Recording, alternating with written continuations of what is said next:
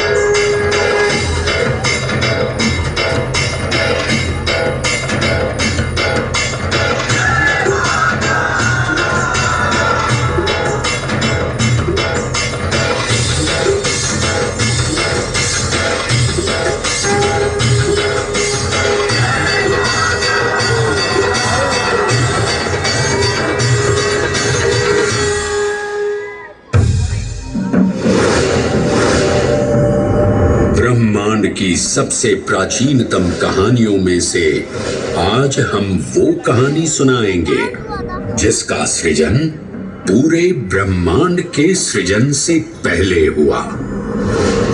तब न देव थे, न असुर, न जीव था, न जंतु, न जल था, न अग्नि, न वायु, न भूमि। समष्टि के शून्य में विराजती एक शक्ति, कालातीत और कालों के नियंता।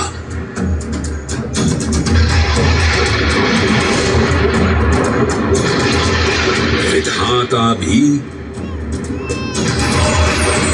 और विध्वंसक भी, अखंड, अचल, अविनाशी।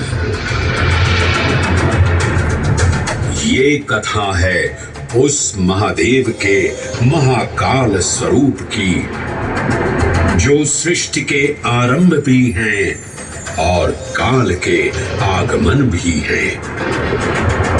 वे ही काल के सृजनकर्ता और नियंत्रण करता भी हैं।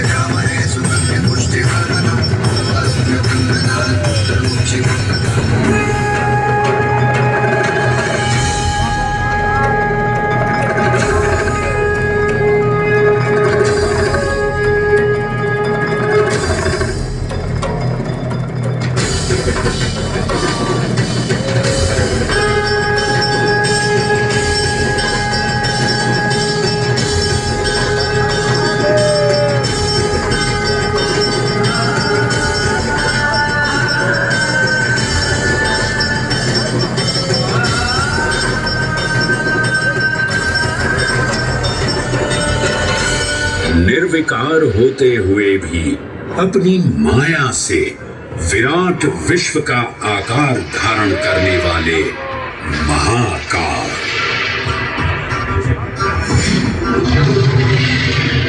मेरुगिरी को धनुष और भगवान विष्णु को बाण बना दैत्यों के 3 पुरों का नाश करने वाले महाकाल। वो महाकाल जो तीनों लोकों में विद्यमान सभी शिवलिंगों में प्रधान है।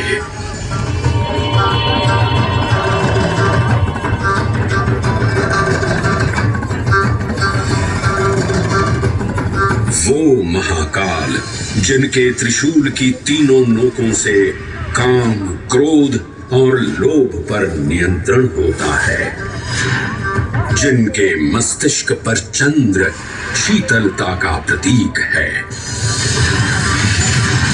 और जिनकी सवारी नंदी के 4 चरण सत्य, दया, दान और तप का चिन्ह है।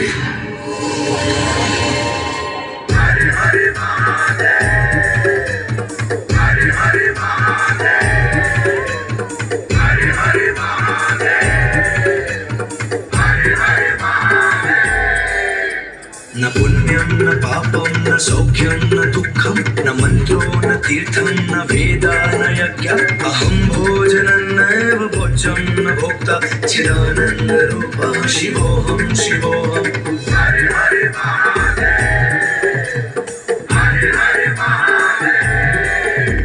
अहं निर्विकल्पो निराकार रूपो विभुत्वा च सर्वत्र सर्वेन्द्रियाणां न चासङ्गतं नैव मुक्तिर्न मे चिदानन्दरूपः शिवोऽहं शिवोऽहं चिदानन्दरूपः शिवोऽहं शिवोऽहं चिदानन्दरूपः शिवोऽहं शिवोऽहं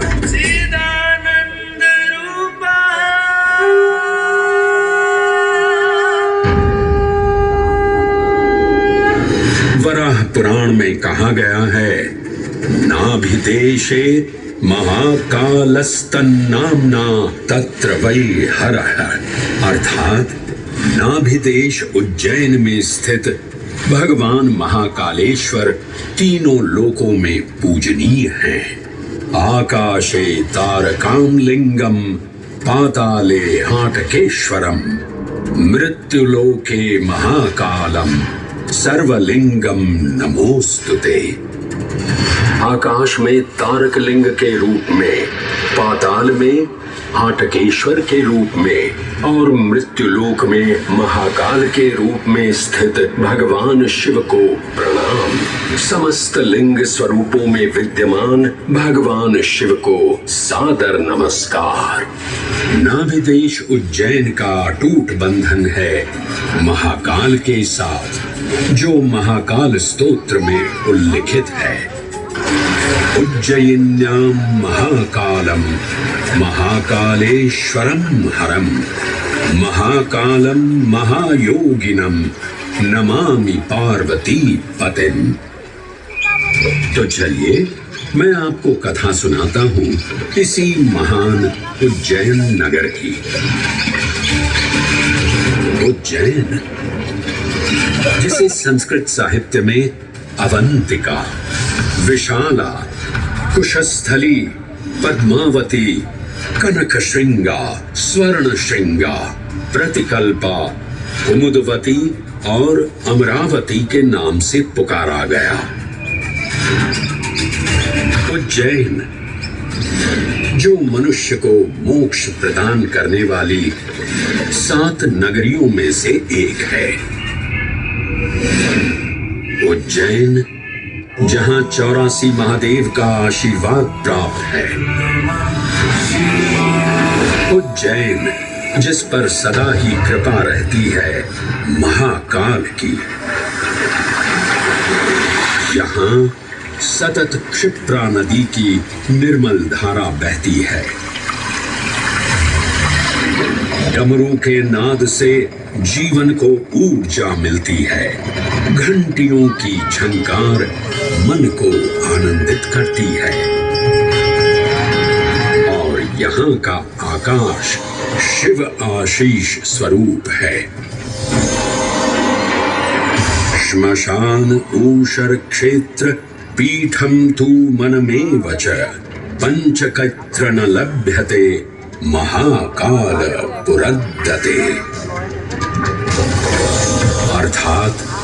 यहाँ पर श्मशान, ऊषर यानी अनुपजाऊ भूमि, क्षेत्र अर्थात पवित्र भूमि, पीठ यानी शक्ति स्थान और मन अर्थात आध्यात्मिक शांति का स्थल पांचों एक ही स्थान पर उपलब्ध हैं। ये संयोग महाकाल की नगरी उज्जैन की महिमा को और गरिमामय बना देता है।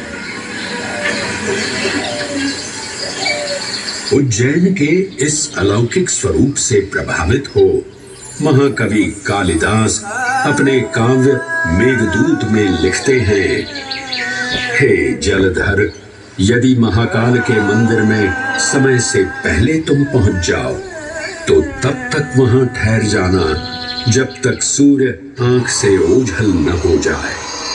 शिव की संध्याकालीन आरती के समय नगाड़े जैसी मधुर ध्वनि करते हुए तुम्हें अपने धीर गंभीर गर्जनों का पूरा फल प्राप्त होगा।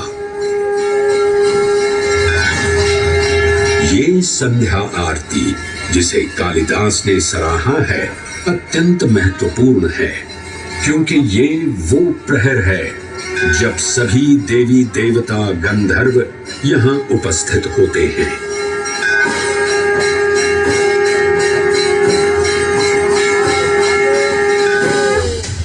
उज्जैन की महिमा अद्वितीय है। सतयुग, त्रेता युग, द्वापर युग और कलयुग, हर युग में इसका अप्रतिम महत्व रहा है।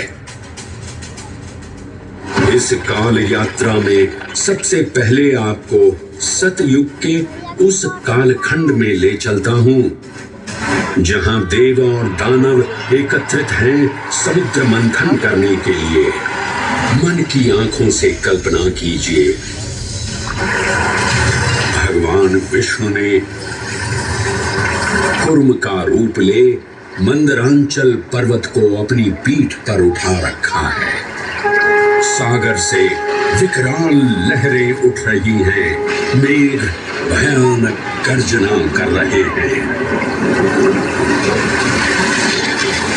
देव और दानव वासुकी सर्प को नेति बना और मंदार पर्वत को मथनी बना सागर को मथ रहे हैं कि तभी जल का पाप कालकूट विष निकलता है और पूरी सृष्टि को अपने ताप से झुलसाने लगता है। इस भयावह स्थिति ने देवताओं और असुरों के बीच हाहाकार मचा दिया। ये कैसा अनर्थ है? लक्ष्य था अमृतत्व का, पर अब मृत्यु की विकराल छवि हमारी आंखों के समक्ष मंडरा रही है। इस भयंकर संकट से केवल वही उद्धारकर्ता मुक्ति दिला सकते हैं जो समस्त विश्व के परम संरक्षक हैं। तभी सब महादेव की शरण में जाते हैं और पुकार लगाते हैं, ओम नमो भगवते रुद्राय। और फिर तुष्टा महादेव भक्तों की गुहार सुनते हैं, कैलाश से उतरते हैं, विष को अपनी अंजुलि में भर अपने कंठ में धारण करते हैं।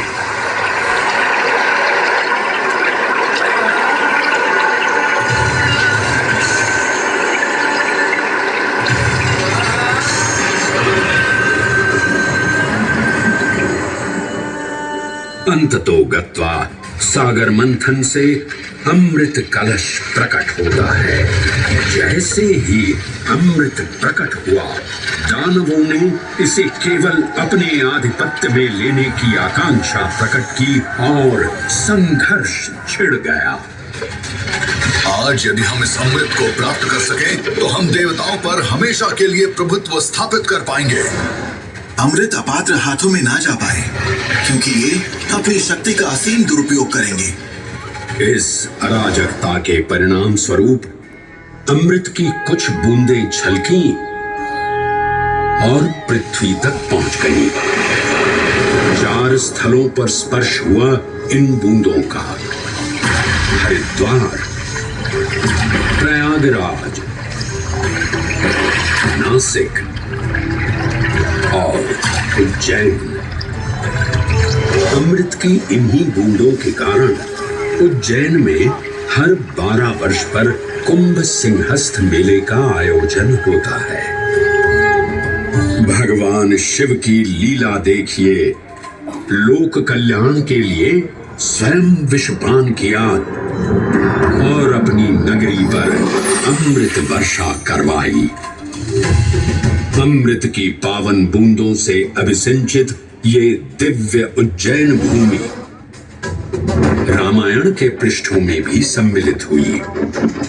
सतयुग के बाद त्रेता युग में माता सीता की खोज में वानर सेना का यहाँ आगमन हुआ।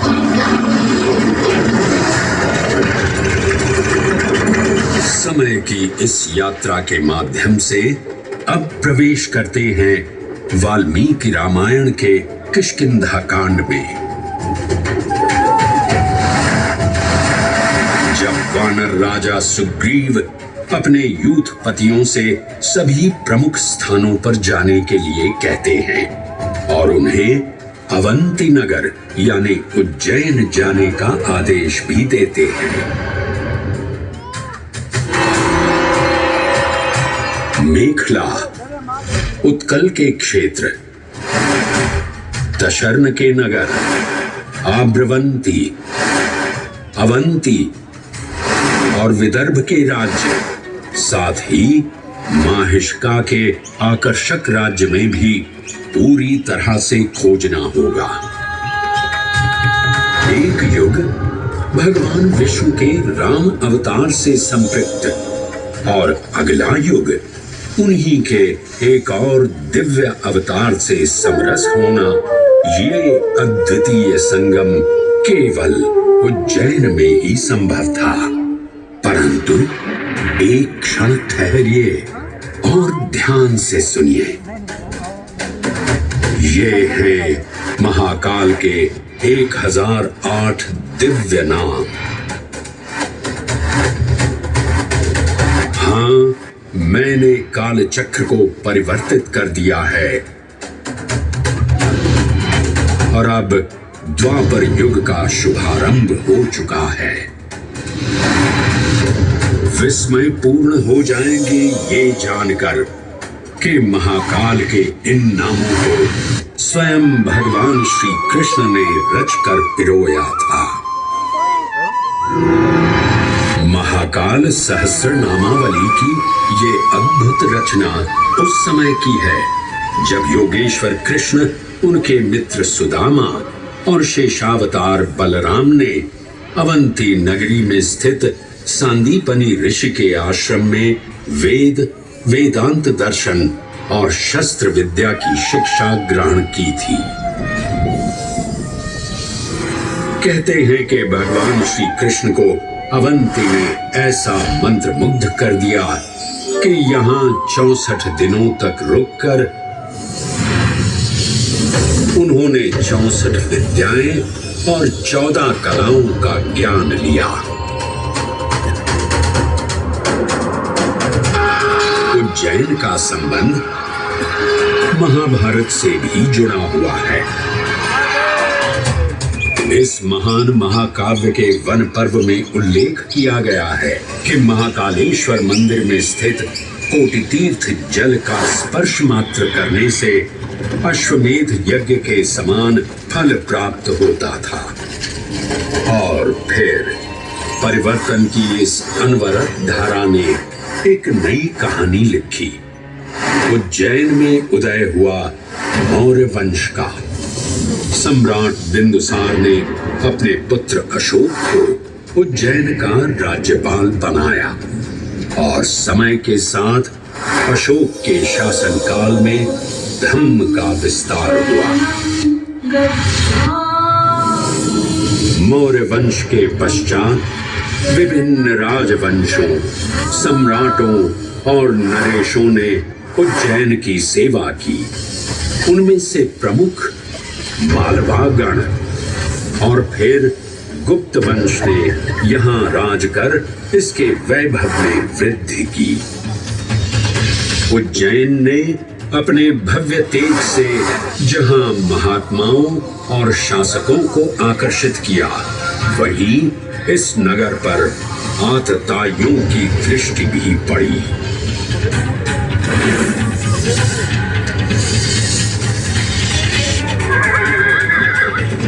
शक मध्य एशिया की खानाबदोश जनजाति थी, जिन्होंने उत्तर पश्चिमी और मध्य भारत के कुछ हिस्सों पर आक्रमण कर अपना शासन स्थापित किया। ईसा पूर्व प्रथम शताब्दी में जब भारत शकों के अत्याचार से त्रस्त था, तब उन शकों ने उज्जैन पर भी कब्जा कर लिया और फिर उज्जैन में उदय हुआ एक तेजस्वी योद्धा, महाराज विक्रमादित्य का। एक तरफ शकों का बल तो दूसरी तरफ विक्रमादित्य का अद्वितीय पराक्रम। विक्रमादित्य की तलवार महादेव के तीसरे नेत्र सी चमकी। प्रचंड युद्ध हुआ। महाकाल की कृपा से शूरवीरों ने शकों को परास्त किया और उज्जैन में गणतांत्रिक शासन स्थापित किया।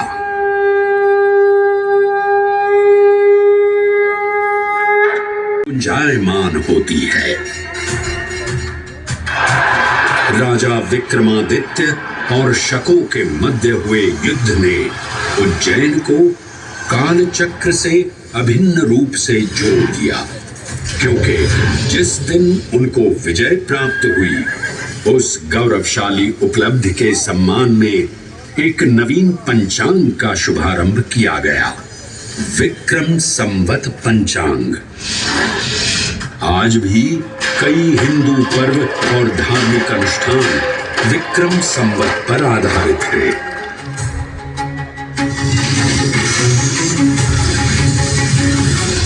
पृथ्वी की भौगोलिक कर्क रेखा इस पावन उज्जैन भूमि से होकर गुजरती है। लगभग 300 वर्ष पूर्व उज्जैन विश्व समय का प्रमुख संदर्भ बिंदु था। यही कारण है कि उज्जैन की वेदशाला में वराहमिहिर, आदित्य दास, ब्रह्मगुप्त, आर्यभट्ट और भास्कराचार्य जैसे महान विद्वान अनुसंधान और अध्ययन में तल्लीन रहते थे। खगोल शास्त्र का केंद्र, महाकालेश्वर का आवास, जगत गुरु कृष्ण की नगरी, विक्रमादित्य का राज। जयति जय उज्जैनी, वैभवशालिनी नगरी उज्जैन।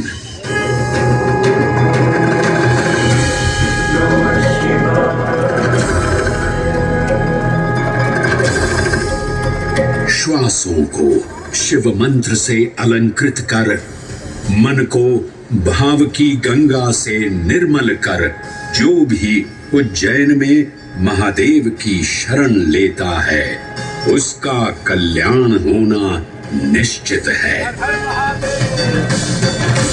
आज सुनी सबने गाथा महाकाल की, दर्शन जिनके दुर्लभ हैं, नमन करे जिन्हें काल भी, चरण में जिनके है बसा। ये समस्त संसार कभी नहीं देखा होगा धरती पर ऐसा चमत्कार।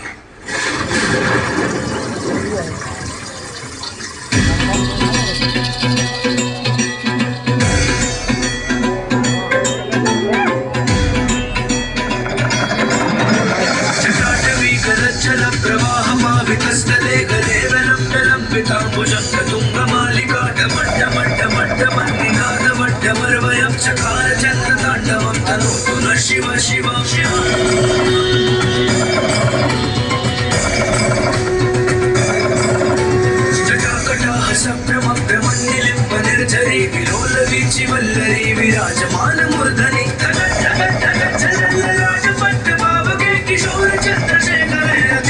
क्षणम्